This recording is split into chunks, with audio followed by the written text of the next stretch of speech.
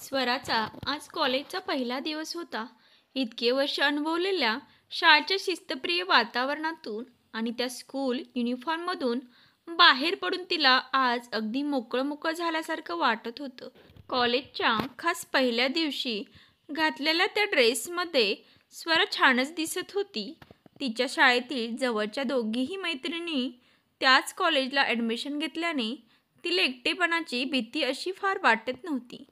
तिघीही आज एकत्रच कॉलेजला गेल्या आणि मस्त धमाल करून आल्या. घरी आल्यावर आईला कॉलेजबद्दल किती सांगू आणि किती नाही असे तिला झाले होते. हळूहळू ती कॉलेजमध्ये छान रुळली.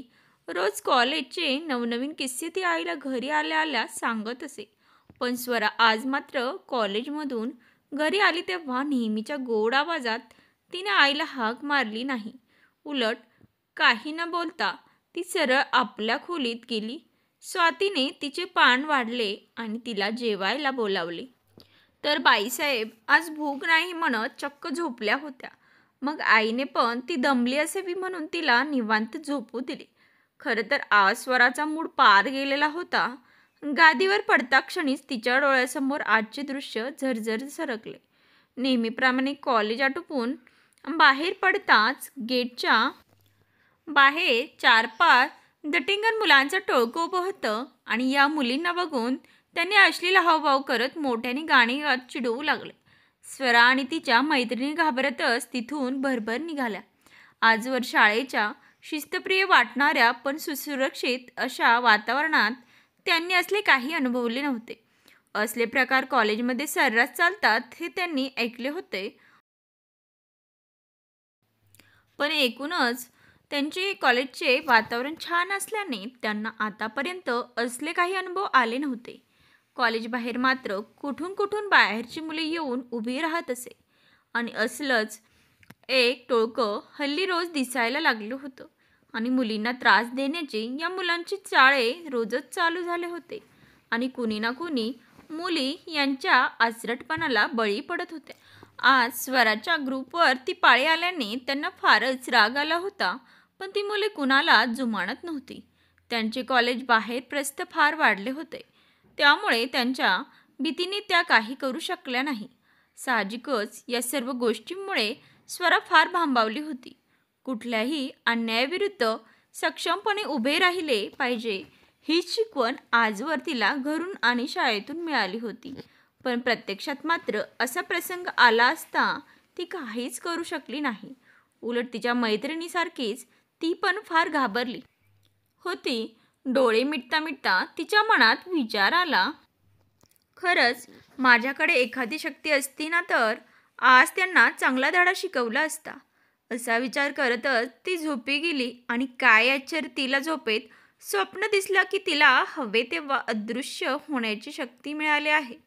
आणि आज कॉलेजमधून निघताना तिने त्या टोळक्याला मुलींना चिडवताना बघताच अदृश्य होऊन त्यांना चांगला चोप दिला आणि परत कधीही असे न करण्यास बजावले.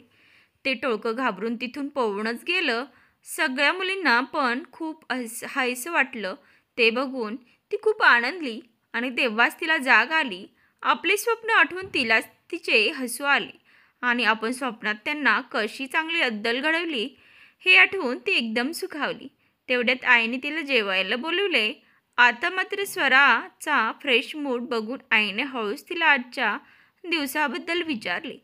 तेव्हा स्वराने आईला आजचे कॉलेज बाहेरील प्रकरण सांगितले आणि तिने बघितलेले स्वप्न आईला सांगितले. तिचे बोलणे ऐकून आई तिला म्हणाली, स्वरा, तुला असं का वाटतं की आपल्याकडे मुळात काही शक्ती नसते आणि मुलगी म्हटले की दुबळीच असते आणि त्यामुळे अन्यायाविरुद्ध लढायला मुली सक्षम नसतात? असे जर खरे असते तर झाशीची राणी सावित्रीबाई फुले, अहिल्याबाई होळकर यासारख्या स्त्रियांचे कर्तृत्व आपणास ऐकायला मिळाले नसते. या सर्व थोर वीरांगनांनी आपल्या आचरणाने हे सिद्ध केले की ज्यांनी स्त्रियांना दुबळे असह्य समजले त्या सर्वांना स्त्रीशक्तीसमोर आपले हात टेकवावे लागले. एवढ्या कर्तृत्ववान स्त्रियांचे उदाहरण आपल्यासमोर असताना तुला भीती कसली वाटते? मला मान्य आहे की एवढ्या सगळ्या मुलांना तू एकटीने सामोरे जाऊ शकत नाहीस, पण एकजुटीने मात्र निश्चितच अशा अन्यायाविरुद्ध सामना करण्याचे बळ आपल्यात नक्कीच येत. गरज असते ती आत्मविश्वासाने लढण्याची.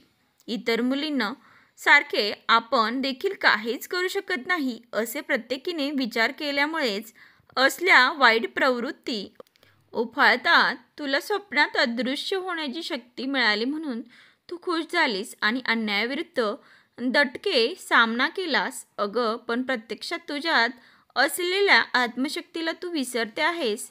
त्याचे बळ खूप मोठे आहे. स्वतःला जोपर्यंत दुबळी असहाय्य समजशील तोवर तुला तुझ्यात दडलेली आत्मशक्ती गवसणार नाही. म्हणून तिला ओळख आणि निर्भयपणे अन्यायाविरुद्ध लढ.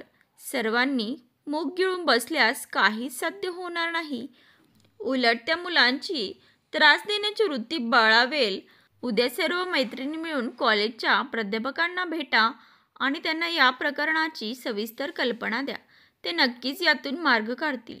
असं घाबरून कुठवर सहन करणार. आईशी बोलल्यावर स्वराला खूप धीर मिळाला आणि तिच्या मनातली भीती जाऊन तिचा आत्मविश्वास वाढला. तिच्या विचारांना आईने नवी दिशा दिली होती. यापुढे आपल्या आत्मशक्तीच्या बळावर कुठल्याही अन्यायाविरुद्ध सक्षमपणे लढण्यास ती सज्ज होती. ही कथा तुम्हाला कशी वाटली? आवडली असेल तर लाईक करा, शेअर करा आणि चॅनेलवर नवीन असाल तर सबस्क्राईब करायला विसरू नका. धन्यवाद.